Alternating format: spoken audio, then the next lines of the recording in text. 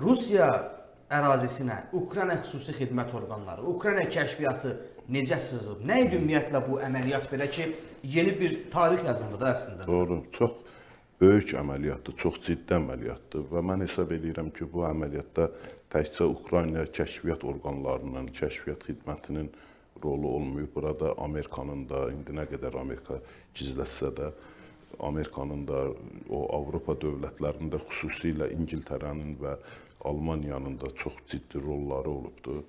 Biz bunu hardan bilirik? Bilirsiniz ki, əməliyyat o baş verən günü o Amerikanın məşhur o saytlarından biri, yəni nəşrlərindən biri Axios bir məlumat yazdı ki, o Ukrayna bu məsələni biraz ucadan danışardınız. Ukrayna bu məsələni o yəni Amerika nəşri belə bir yazı, məlumat yazdı ki, Ukrayna bu məsələni Trampla razılaşdırılıb.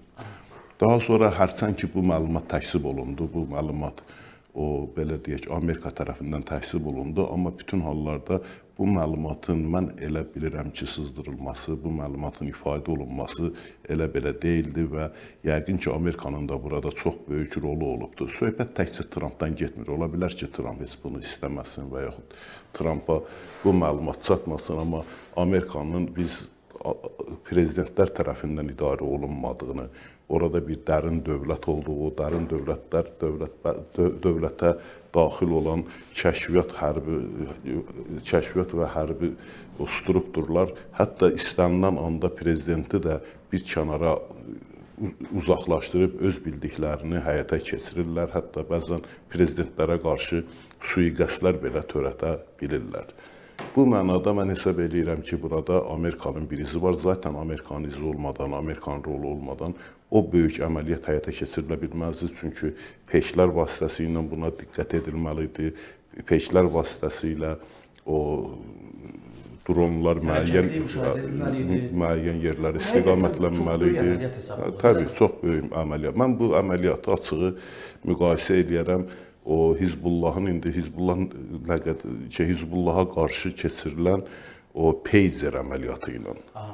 Çünki o Pager əməliyyatında da bilirsiniz ki, o çox yəni Hizbullahın belə deyək, bütün o rəhbərliyi, bütün o aparıcı fiqurların hamısının əlində bir Pager partladı və ondan sonra da Hizbullahın sonu gəldi. Yəni sonunun başlanğıcı o Pager əməliyyatı ilə başladı. İndi düzdür, indi bu sözü deyəndə bəziləri o bizə irad bildirirlər ki, niyə sən o İsraillə o Ukraynanı müqayisə edirsən? Mənim burada müqayisəm bu haqlılıq dərəcəsinə görə deyil. Mənim burada müqayisəm əməliyyatın keçirilmə başarısı ilə bağlıdır. Yəni tam ona uyğun bir əməliyyat idi. Çünki burada əsas vurulan yerlər hara idi? Əsas vurulan yerlər o strateji aviasiya o sektoruydu. Bunun özü də, yəni bu düzdür, həmən o təyyarələr Ukraynaya da çox böyük ziyan vurmuşdu. Ukraynaya o bombalar yağdırmışdı, amma bu strateji aviasiyalar daha çox Amerika üçün nəzərdə tutulan aviasiyalar idi. Bir də açığı, biz əgər fikir versək görərik ki, bu əməliyyatdan qabaq Trumpla o Rusiya prezidenti arasında bir görüş keçirilmişdi və faktiki olaraq Rusiya prezidenti Trumpı o belə deyək də saymamışdı. Yəni belə mədəni şəkildə desək onu heçə almışdı, təhqir eləmişdi hətta. Yəni adam sənə zəng edib Ukrayna məsələsindən danışmağa, sən buna deyirsən, mən sənin arvadını səndən çox istəyirəm. Bu nə sözdür? Bu heç nə kişiliyə yaraşar, nə siyasətə yaraşar, nə diplomatiyaya yaraşar. Heç bir şeyə yaraşan söz deyil. Və mən hesab edirəm ki, o Trump düzdür, bunu orada bir söz də dedi, o fikrini açıqlayanda. Dedi ki, mənim üçün problem deyil, sevir, sevsin. Amma mən hesab edirəm ki, Amerika dövləti, Amerika dərin dövləti buna seyirci qala bilməzdir. Çünki burada faktiki olaraq Amerika dövlətinin başçısının təhqir olunmasından, onunla oynanılmasından, ona belə deyək, ona qarşı o həqarət dərəcəsinə çatan bir mövqedən söhbət gedir. Üstəlik bununla Amerikanın o qüdrəti şübhə altına alınır. Yəni bütün bunlara Amerikanın bir reaksiyası olacaqdır. Mən ona görə hesab edirəm ki, bu hadisədə Amerikanın da rolu var. Çünki yenə deyirəm, orada o nəzərdə tutulan, hədəf götürülən həmin əməliyyatda əsas hədəf götürülən təyyarələr strateji təyyarələr idi. Strateji təyyarələr nəzərdə tutulubdu Amerikaya və deyək ki, digər qərb dövlətlərinə nüvə silahlarının vurulması, daşınması, bir də açığı nüvə daşıyan təyyarələrin hədəfə seçilməsi Rusiyanı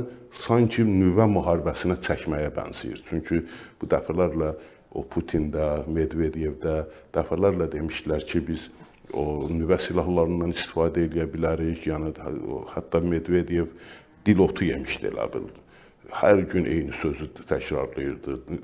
Ukraynanın nüvə silahları ilə nəyimizə lazımdır. Sonra Ukraynanın hər addımına qarşı deyir ki, mən nüvə silahlarından istifadə edirəm. Amma indi gördük ki, biz həmən Medvedev yoxa çıxıbdı. Məsələ, heç bir söz demir, nüvə məsələsini yenə gündəmə gətirmir. Niyə? Artıq onlar da hiss ediblər ki, mən hesab edirəm ki, Rusiya da artıq hiss edir ki, onun nüvə müharibəsinə cəlb eləməyə çalışırlar. Niyə? Nüvə müharibəsinə niyə mən hesab edirəm? Çünki yəni, o nüvə müharibəsini cəlb etmə məsələsinin əsası nədir? Çünki bilirsiniz ki, 2024-cü ildə, yəni keçən il, Rusiya özünün nüvə doktrinasına bir dəyişiklik elədi. O dəyişikliyə görə, yəni o vaxta qədər, 2024-cü ilə qədər, həmin dəyişikliyə qədər Rusiyanın nüvə doktrinasında göstərilirdi ki, Rusiya ancaq nüvədən nüvə dövlətlərinə qarşı istifadə edə bilər, özü də ikinci tərəf olacaq, ilk istifadə edən tərəf olmayacaq. Amma 2024-cü ildə biz gördük ki, orada bir dəyişiklik oldu. O dəyişiklikdə əsas məqam nə idi? Nüvə dövləti olmayan dövlətlərə qarşı da bu silahdan istifadə edə bilərik. Bunun üçün müəyyən şərtlər həyata keçirilməlidir, müəyyən hadisələr baş verməlidir. Bunlardan biri də strateji obyektlərin hədəfə alınması. Yəni, faktiki olaraq ayın biri idi da deyəsən. Ayın birində, yəni iyunun biri idi. İyunun birində Rusiyanın strateji hədəfləri, yəni strateji obyektləri hədəfə alınmışdı. Faktiki olaraq 5 dənə strateji aeroport bombardman edilmişdi. Orada 40-dan artıq strateji, yəni özlə söhbət yenə deyirəm, bunu xüsusilə vurğulayıram. Strateji təyyarələr hədəfə alınmışdı. 7 milyarddan artıq böyük işçiyə səbəb olmuşdu. O 7 milyard elə pul deyil Rusiya üçün. Rusiya bəzən görürsən ki, bir gündə 1 milyarddan artıq pul xərcləyir Ukrayna savaşına. Bu da 7 günlük, belə deyək, Ukrayna savaşının xərcidir. Amma söhbət burada Rusiyanın siyasi və hərbi imicinin korlanmasından gedir. Yəni bunun darmadağın olmasından, bir də Zelenskinin bəzi açıqlamaları, mən hesab edirəm ki, o açıqlamalar əslində mən inandırıcı gəlmədi açıqlamana. Sadəcə 1 il 6 ay filan. Bu həm də Rusiya daxili auditoriyasını hesablamış kimi görünür. 1 il 6 ay ərzində hazırlamışıq. Sonra o kamyonlar, yəni yük maşınlarından biri hətta gedibdi Çelyabinskidə KGB-nin qabağında dayanıbdı. 1 il 6 ay onu gözləyibdi əmri yerinə yetirməyə. Yəni bunlar biraz əfsanələrdir, gözəl uydurulmuş əfsanələrdir. Məqsəd də nədir? Yenə deyirəm, Rusiyanın nüvə müharibəsinə cəlb etmək. Yəni Rusiya onu göstərirlər ki, sənin nüvə müharibəndən, nüvə təhdidindən biz qorxmuruq. Digər bir tərəfdən biz görürük ki, həmən günü, yəni həmən hadisə baş verən günü İngiltərənin müdafiə naziri çıxdı, John Haley idi deyəsən adı çıxdı, bir açıqlama verdi. Dedi ki, sabahları özlərinə vaxt sabah da hansı günü idi, sabahları həmən günün sabahısı İstanbulda görüş keçiriləcəkdi Rusiya ilə Ukrayna. Dedi ki, biz sabah İngiltərənin yeni, yəni Böyük Britaniyanın yeni o hərbi doktrinasını açıqlayacağıq və o hərbi doktrinada Rusiyanın bizə hücum edərsə nə ilə üzləşəcəyi çox açıq şəkildə ifadə olunacaq. İndi mən bilmirəm, dünən o açıqlandı, açıqlanmadı. Dünən yəqin ki, hazırlanıb, bugün da olsa o açıqlanacaq.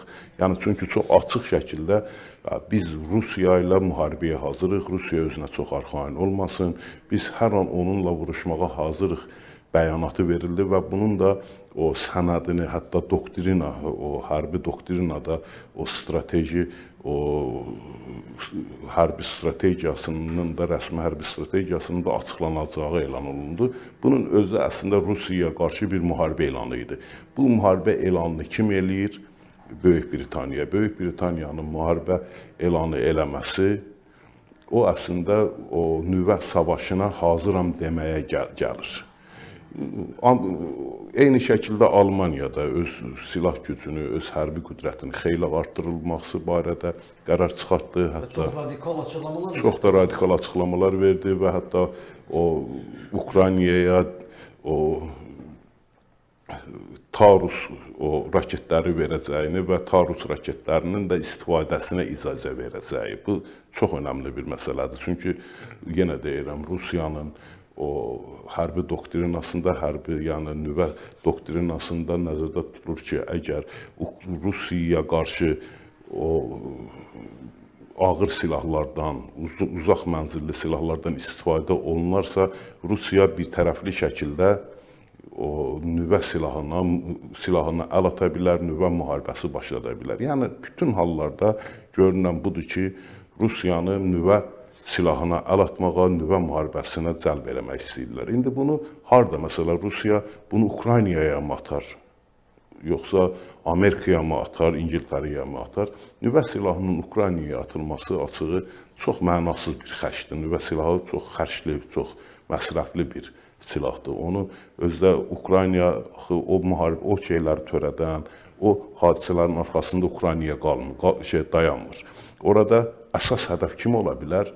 Amerika. Məhz ona görə də Amerika və İngiltərə, yəni o Rusiyanın əsas hədəfi Amerika və İngiltərə ola bilər və məhz ona görə də strateji təyyarələr sıradan çıxarılır. Strateji təyyarələr niyə sıradan çıxarıldı? Ona görə ki, həmən o Rusiyanın nüvə strategiyası 3 prinsipə, 3 elə bil əsasa söykənir. Biri hava hücumu vasitəsilə, yəni təyyarələr vasitəsilə hücum, biri o dənizaltılar vasitəsilə, dəniz donanması ilə hücum, özdə yeri gəlmişkən hücumların biri də Murmanskdakı Olanya o hərbi bazasına oldu. Həmin hərbi baza Rusiyanın o nüvə sualtılarının saxlanıldığı ərazidir.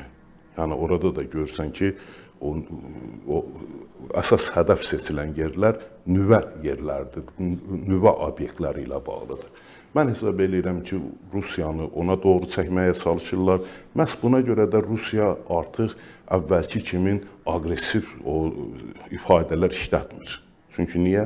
Hər hansı bir ifadəsi Rusiya üçün böyük fəlakət ola bilər. O nüvə müharibəsinin başlanmasıyla nəticələnə bilər. Yeri gəlmişkən, Heydər bəy, deməli bu hadisə ilə bağlı Rusiya daxilində ciddi bir yaxınlaşma artıq start götürür və mən bu arada yenidən mən tamaşaçılarımıza özümü tuturam. İzləyən 300-dən yuxarı şəxsin hər birindən ki, əziz dostlar, yayımı bəyənməyi unutmayın. Nəzərə alın ki, hər bir bəyəni videonun daha 10 nəfərə çatması deməkdir. Bu bizim üçün mən də insanlarımızdan xahiş edirəm, çünki bu məsələləri biz yəni haviyə danışmayaq. Biz bunu ona görə danışırıq ki, insanlar maariflənsin, insanlar nəyin baş verdiyini bilsiz. Yəni söhbət orada Ukraynaya və Rusiyaya edilən hücumlardan getmir.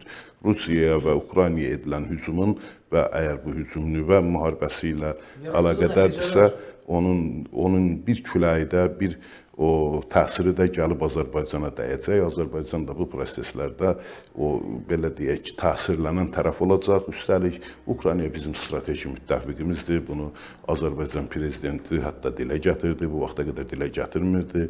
Niyə dilə gətirmirdi? Rusiyanın aqressiyasını öz üzərimizə çəkməmək üçün. Eyni şəkildə Amerikada məsələ deyir ki, mən bu müharibə, yəni bu hücumla bağlı məsələ Trumpın məlumatlandırılması faktını inkar elədi Amerika. Niyə inkar elədi? O da bizim kimin müharibəni özünə cəlb etməməsinə çalışır. Yəni belə deyək, əgər o açıqlasa ki, həqiqətən də Trump açıqlasa ki, yəni məndən icazə aldılar, mənə dedilər demək o nə deməkdir?